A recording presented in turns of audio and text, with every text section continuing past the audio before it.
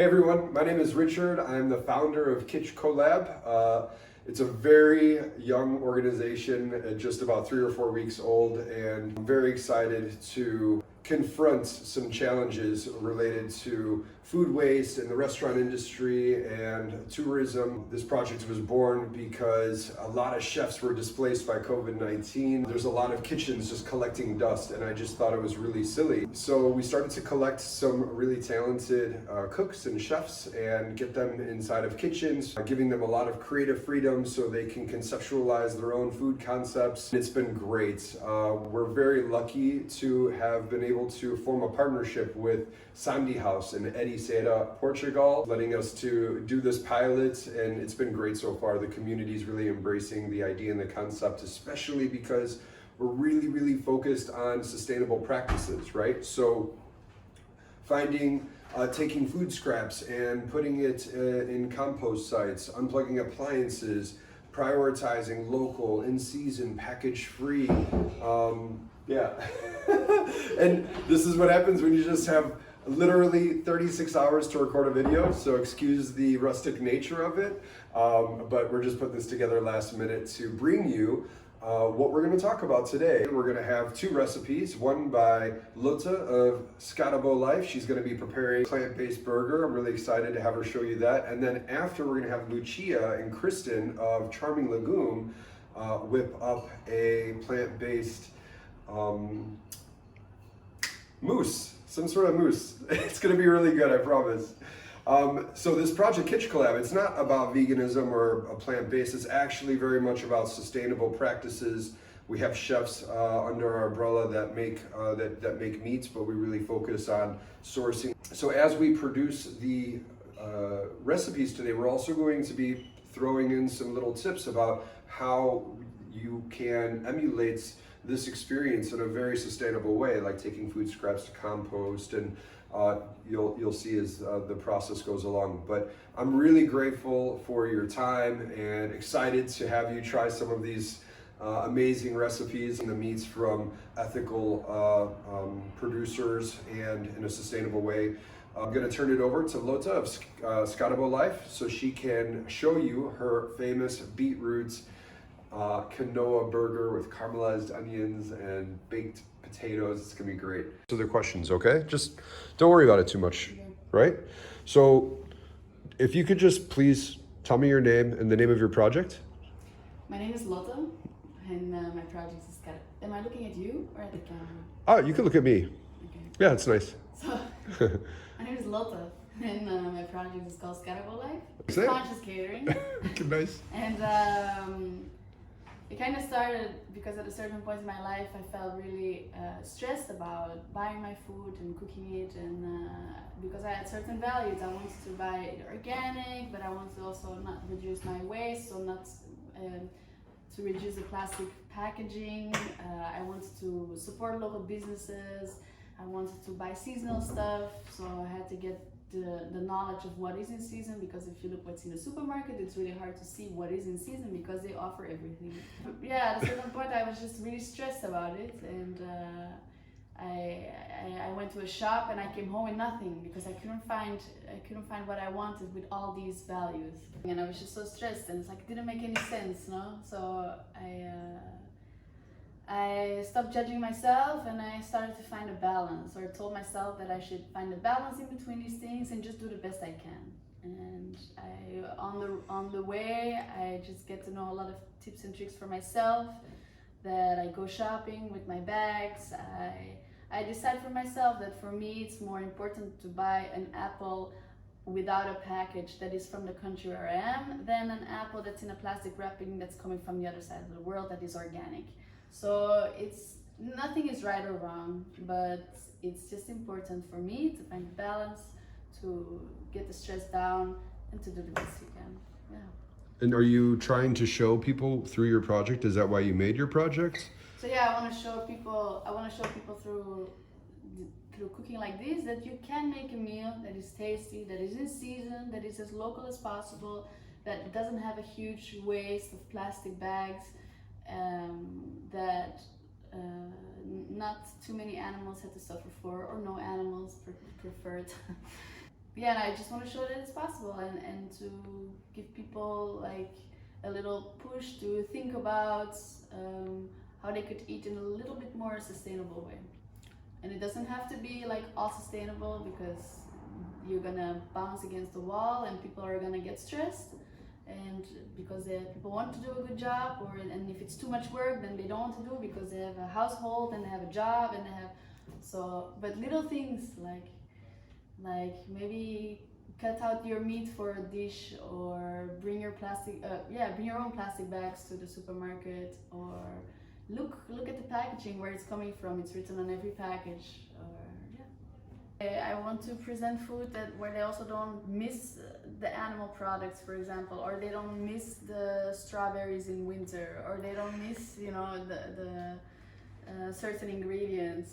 And I have the feeling people don't. As long as if you're creative and you put a meal together that is tasty, that is colorful, that is nutritious, people will like it.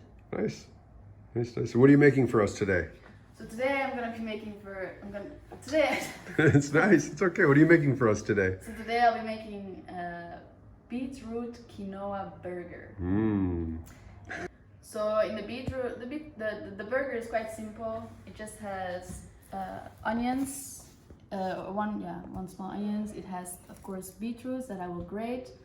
It has quinoa, which is actually Portuguese grown, the country where I am right now, and there's multiple countries in Europe where you can find this now, and not anymore only from South America. There are some oats to bind all the things and to give it also a nice structure. And flax seeds or line seeds, or however you want to call these seeds, broken, because otherwise they don't digest, and they work like eggs almost, so they will combine the whole burger. Of course, we want garlic, some sea salt, black pepper. I'll be making the burger with caramelized onions,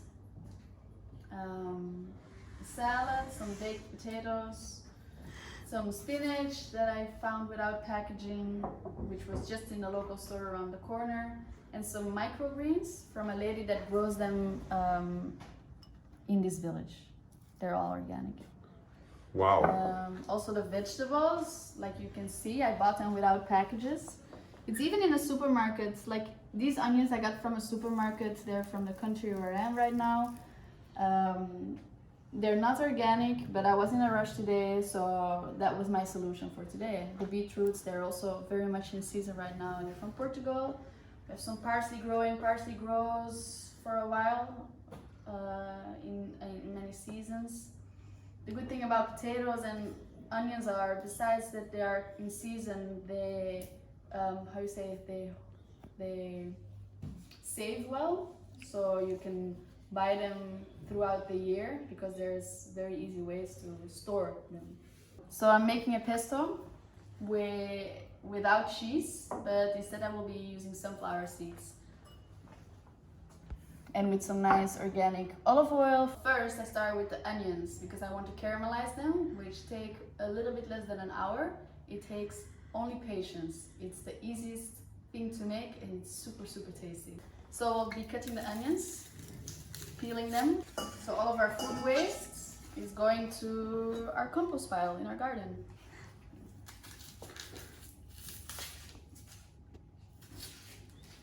All right, how does the chef cut the onion? Let's see, down the middle. For me, I like it not too thin, because otherwise nothing is left of your slices, but just half moons to the core. It's better a little bit too thick than too thin. Okay. Caramelized onions, you make without any oil, just in a dry pan on a low fire with a lot of patience. They will become brown after a while, and the sugars will all come out, but slowly, slowly. If you are rushing it, the sugars don't come out, and you just have fried onions.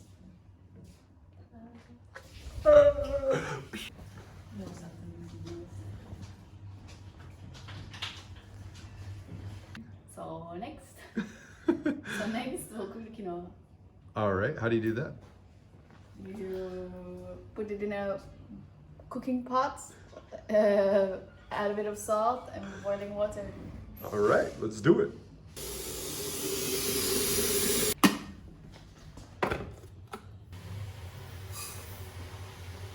So an empty pot, no fire. I'm waiting for the boiling water. Oh, okay.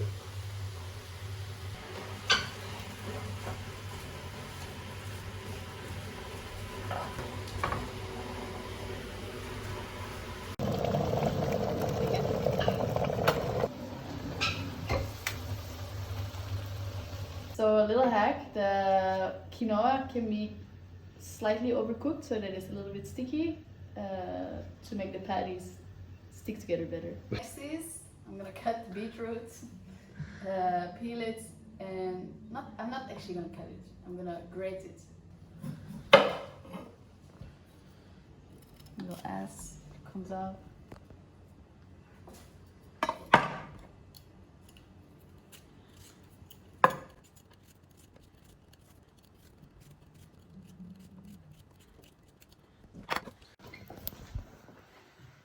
So let's grate the beetroots. My favorite job. Let's get the smallest.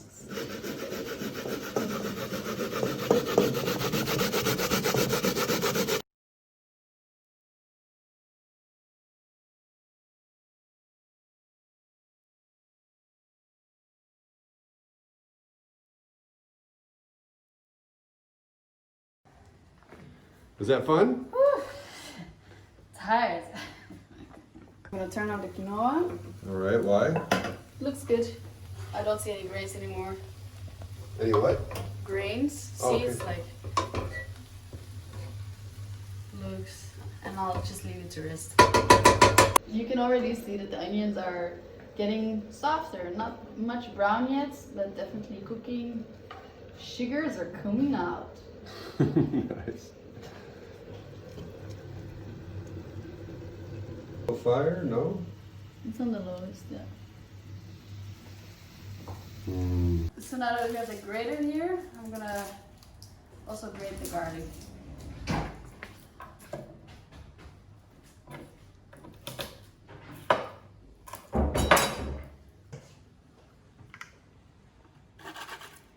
Oops. Next is I'm gonna cut one onion in really, really small pieces. Really? What for? Huh? What's it for? For the inside. Ah, for inside the Yeah. burger. Yeah. Got you.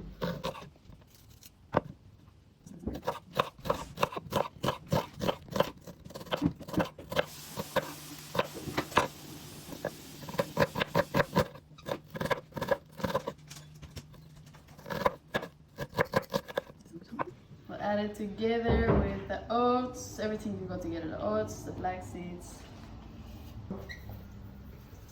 I'm afraid of this, but I never do it like that. So the juice of the oats and the flax seeds will take up the juice of the beetroot. So the patty is still juicy, but not too juicy. Okay. I don't like to use flour because sometimes your patties are very floury, so I prefer to use oats or cornflakes is actually a really nice one. Okay. Salt, pepper. Actually, lemon is a nice to give it a nice extra touch. Nice. Make sure your lemon is organic because otherwise you're gonna eat a lot of chemicals.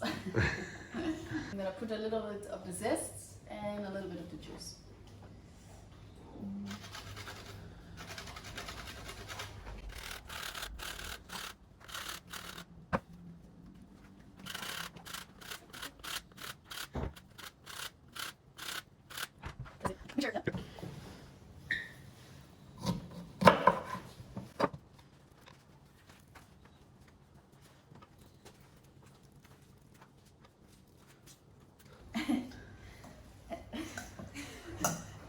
We just mix that in there. It's such. Sorry. It really doesn't sound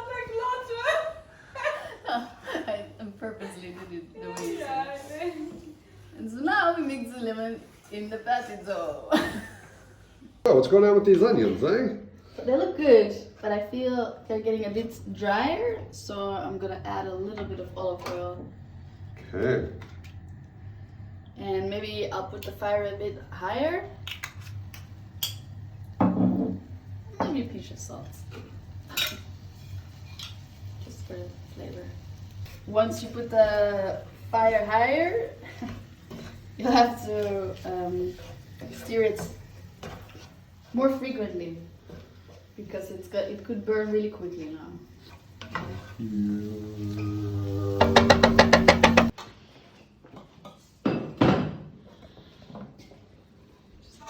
Whoops.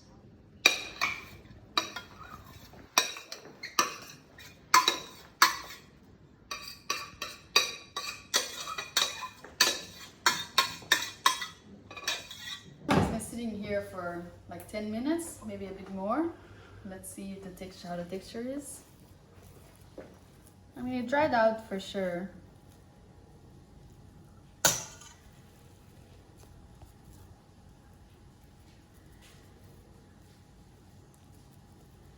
think I'll keep it like that. Nice. Back to the onions. Yeah, they look ready. Okay. Nice and caramelized.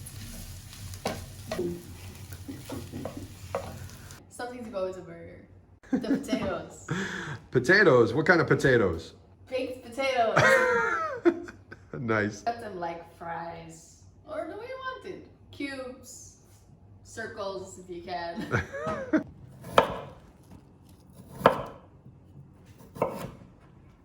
I go for moons. Moon chips. Whoop.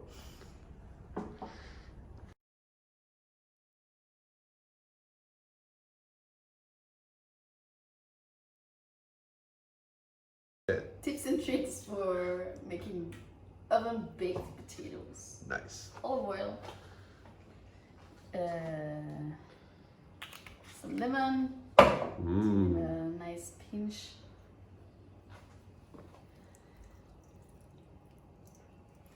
And salt that I don't have here.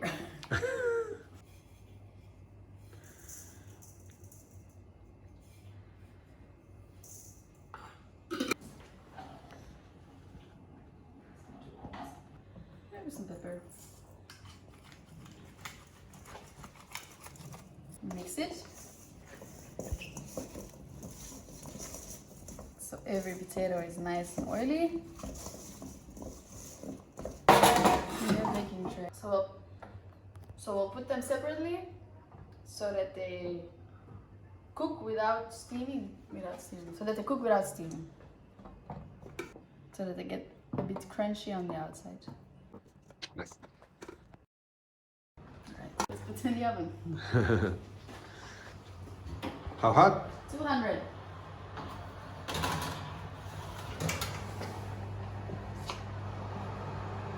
I got beautiful parsley. So I'm gonna make a pesto that goes with the burger to have a sauce with it and some color. Basically you need parsley. You can do it with any green herb like basil or cilantro or nasturtium or whatever. Green leaves, spinach. You can make pestos of all kinds of stuff. Today, parsley. Olive oil, sunflower seeds, a bit of lemon, garlic. That's it. Little by little, take off the tops. Don't take too much of the stems because they're a bit bitter. You can use the stems to make a broth if you want, or you can just give it back to nature. In this, it will go. But yeah, if they're organic onions, it's got a really strong flavor, the shells. No? Yeah. You can make a broth. You can make a really mean broth out of... It gives also color to your broth. Yeah. Same with garlic peels. So it's a simple way to be sustainable and continue to use the vegetable as long as possible. So getting a cup full of parsley. So I emptied the whole plant. The more greens, the better. Yeah, we'll add a good amount of olive oil. We'll start with just some seeds, not too much. Salt.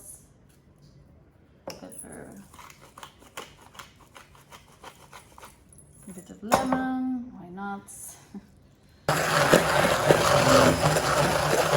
So I'm gonna add more seeds because for me it's a bit too liquid. It could be a nice vinaigrette, but for a pesto it needs to be more thick. Okay. In this case, I'll put sunflower seeds. You can also add, you can experiment with walnuts or hazelnuts or, yeah.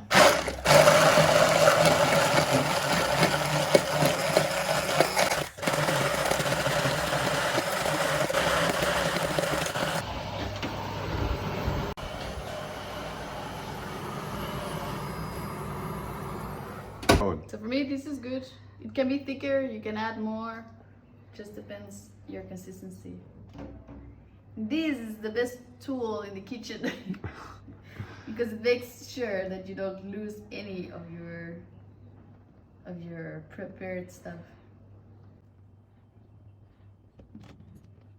So yeah, this is like my pesto. The consistency is like not too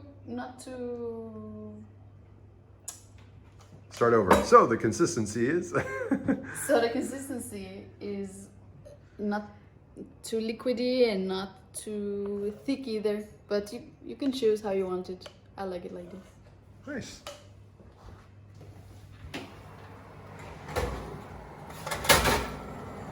They look nice.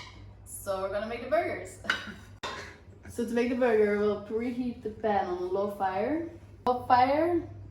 So and in the meantime, we can make the patty and put it in a really hot pan. So shape the size you like for a burger. Use your hands, it's nice. Maybe a bit bigger.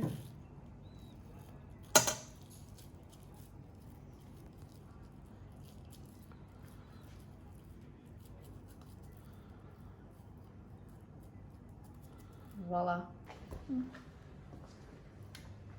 Now I have to wash my hands because I have to put oil in the pan. Now I'm gonna put the oil in the pan, not before, because otherwise you'll burn the oil. And you don't want that. It's not good for it. You put the oil in right before you put in the burger. I'll put it.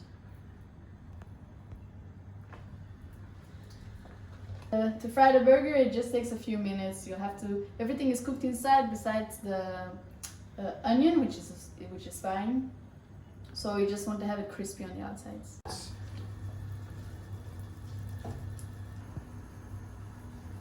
So in the same pan, I'm gonna reheat the caramelized onions, and I'm gonna fry the spinach because it all fits in one pan. Why not use a heat?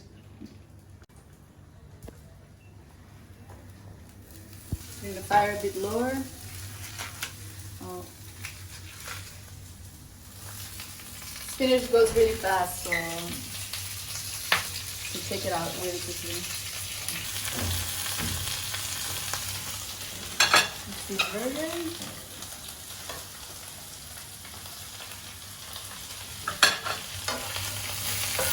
Spinach is already ready.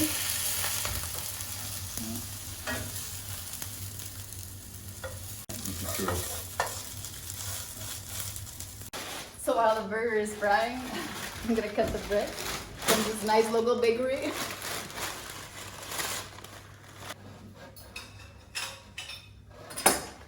Yum.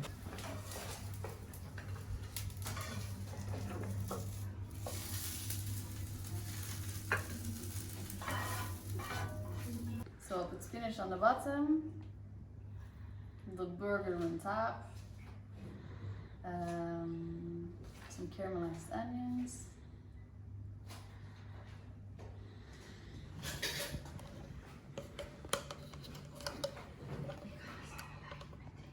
some pesto, a few of these microgreens.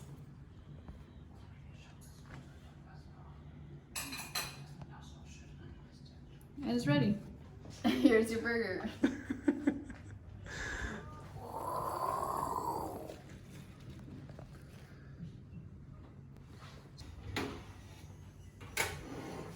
Oh, feels already. Let's take a few. Nice and crispy.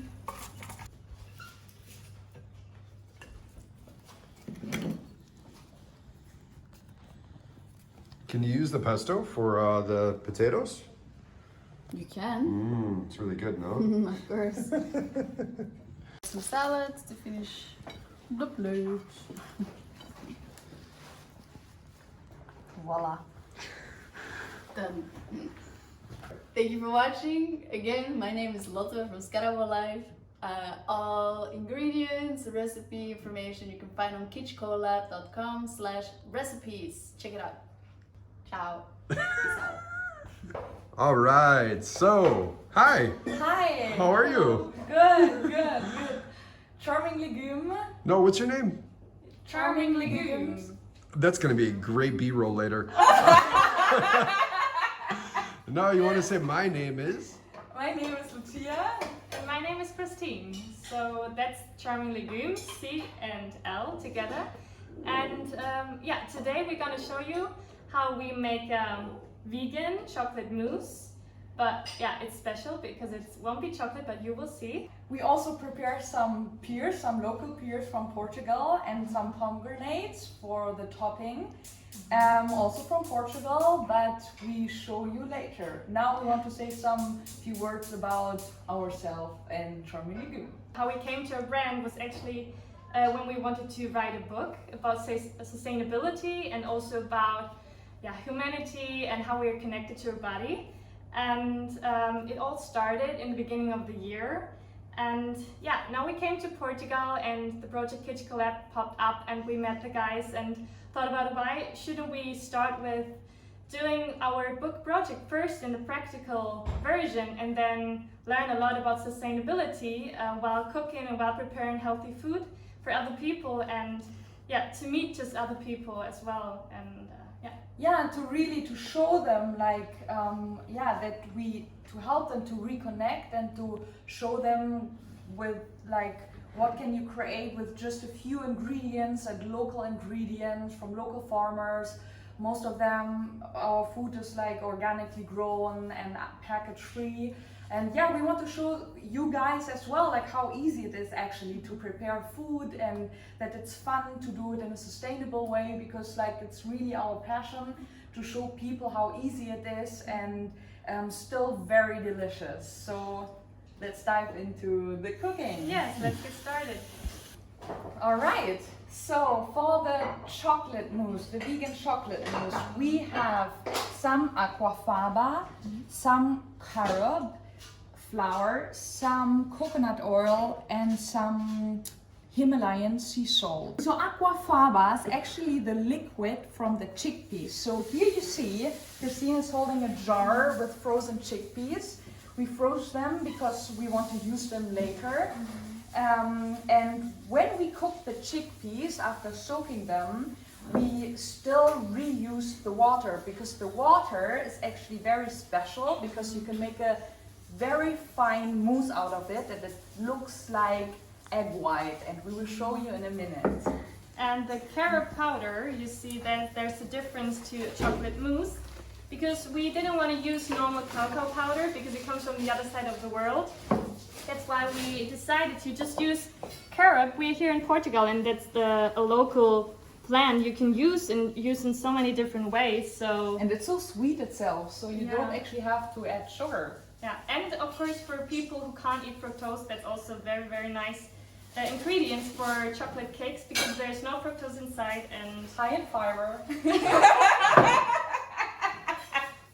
Sustainability for us means also to find the right balance. So in this recipe we use now coconut oil because it's very good for baking and for vegan baking because we also want to make plant-based recipes.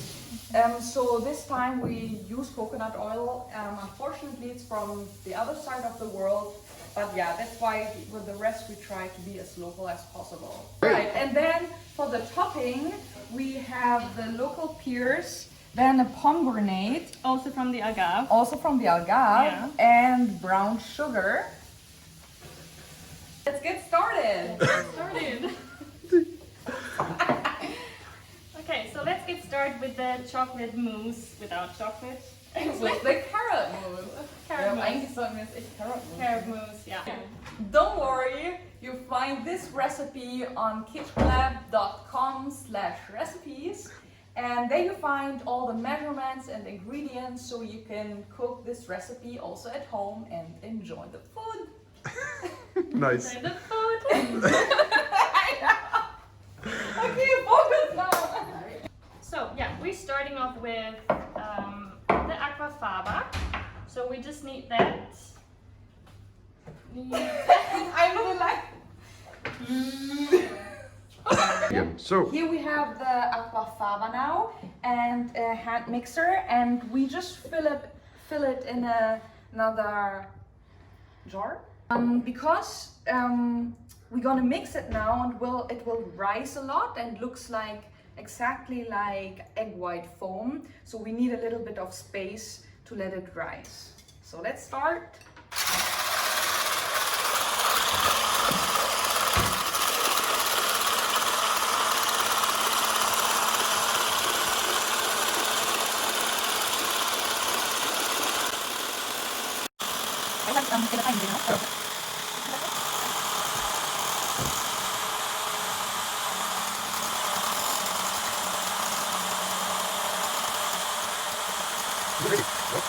So this one, you see, it works exactly like egg white. It's not done fully yet for our recipe, but just so you know, you can so it has the same proteins and you get the same effects like when you would use egg whites.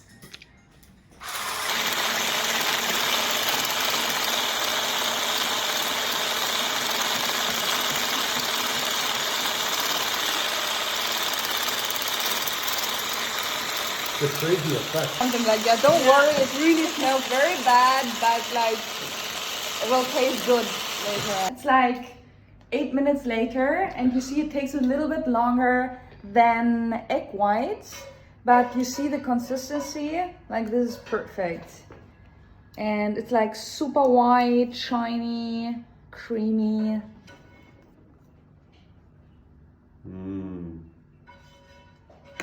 Yeah, it's perfect because it holds, stays, and now plop. And here you can also see we started with this amount actually, and after 4 or 5 minutes we had to put it in another jar to get more space that it can rise again. So we could actually do the same with this one as well, and it was just from 1 jar of like amount of Chickpeas? how do you say that? Like 500 grams of chickpeas. Yeah, you get a lot of egg aquafaba. white, vegan egg white. And now on the next step, we mix the carob powder with the coconut oil and put like a little bit of salt, and we do that in the pan. And then it's like fast forward. Perfect. Fast forward.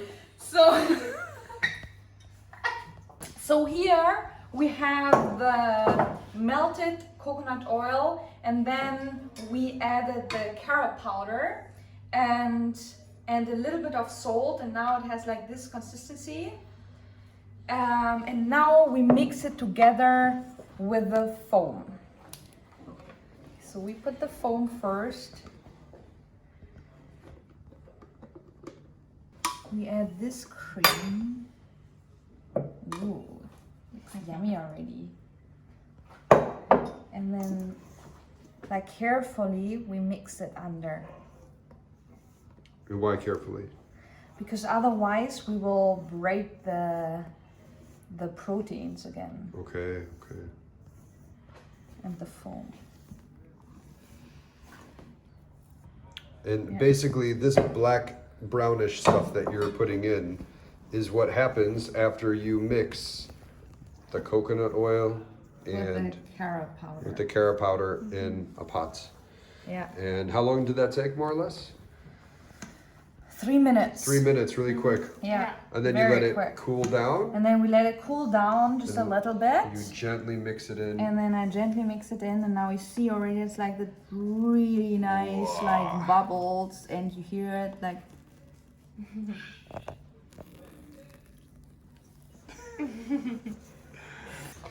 Okay, now we fill it in the nice glass. glasses.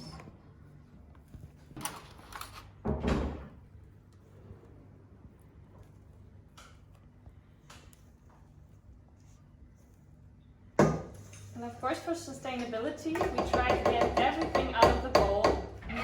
And when that's not possible, then we need to get any other idea. We just need to lick it out of the bowl. It's for the planet. It's for the planet. Yeah, we just do it for the planet. Okay, so we put this in the fridge now and let it rest for a while we prepare the pears and the pomegranate. Now we can continue with the fruits. First, I'm gonna cut the pears because after that the knife will be red because of the pomegranate. So first I'm gonna start here to cut them in slices because after that we want to caramelize them in the pan with also the brown sugar together. So yeah, first in slices. How big? How big should the slices be? Yeah, of course. So when we see this thickness would be between 1 and 2 inch. It's like a inch. bit, yeah, it's around an inch thick. And also make sure when you get some pears, it's nice to get like the still a bit like harder ones, because otherwise they're too soft, and then when they get heated up, they get too too soft, too chalky. Yeah. And what we can also actually do is cut them in half, because then it's so much easier. When you turn them around, you can cut without cutting your fingers, because when you try to hold it, it's kind of hard. So what I do is I cut it in half, start from the right.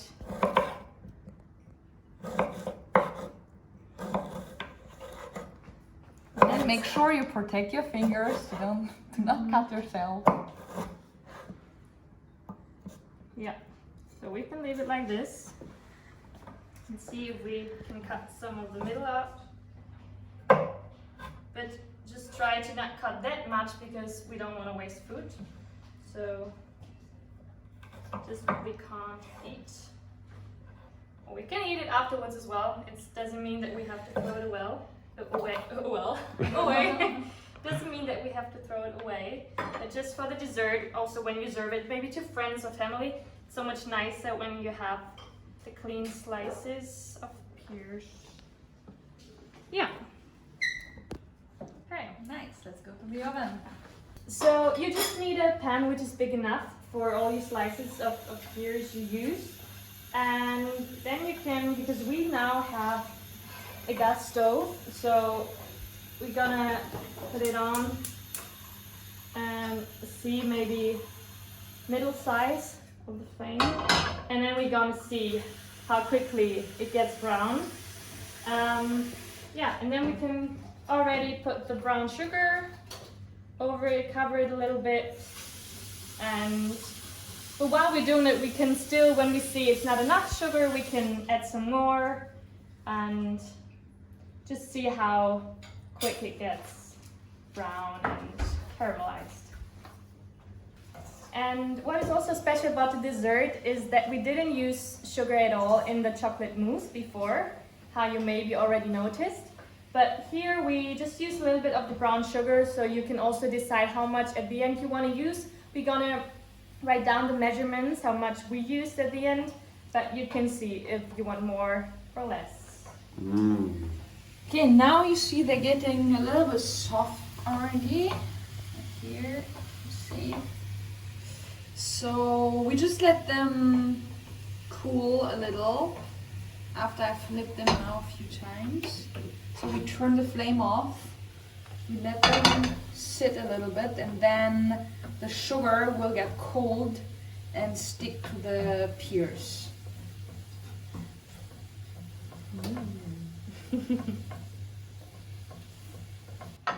And here you see now it's like starting to caramelize because it cools down.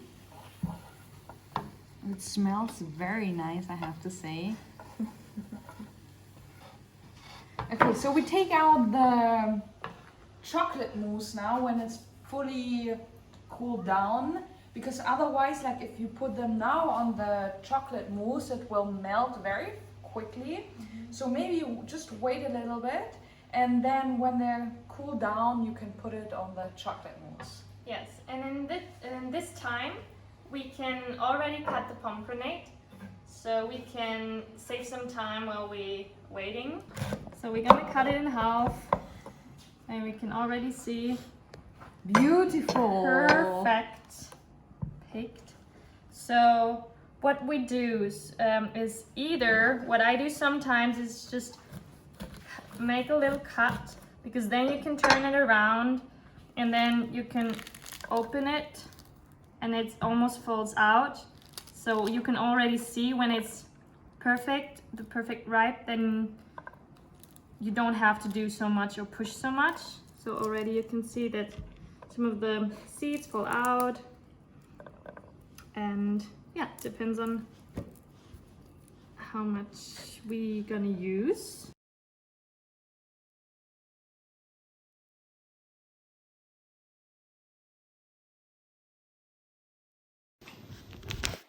All right, so what do we have here now? Yeah, so we're done now with peeling the pomegranate, and what's left is all the skin and the rest. And here we have, always when we cook, we have our big bucket of food scraps, and that's the way how we can compost it and don't just throw it in the general bin garbage and burn it somewhere. So that's the way how we can give it back to nature, and yeah, Let some worms work on it. Nice. Okay, and I took out the mousse, and now we start decorating it. So we take the slices of pears.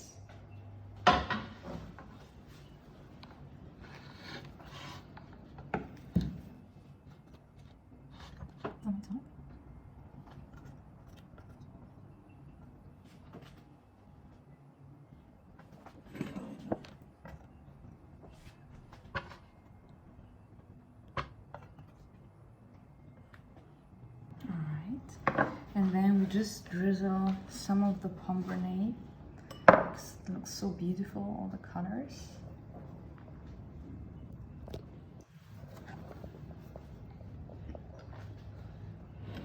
And then, if you have a spoon, we're ready to eat. So here we are with our finished dish, the vegan chocolate mousse topped with some caramelized pears and some pomegranates on top. Thank you so much for watching. Again, this is Christine. and this is Lucia, and we together are Charming Legume. You can check out our Instagram account, CL Charming Legume, or you check out Kitchcolab.com. There you can see our events we're doing at the moment, the recipes you're gonna see in the next weeks and months. And also you can check out our social impact report. We all the time update after every event we had. And yeah, let's get creative together to be sustainable and celebrate sustainability in a funny way. Cheers! cheers!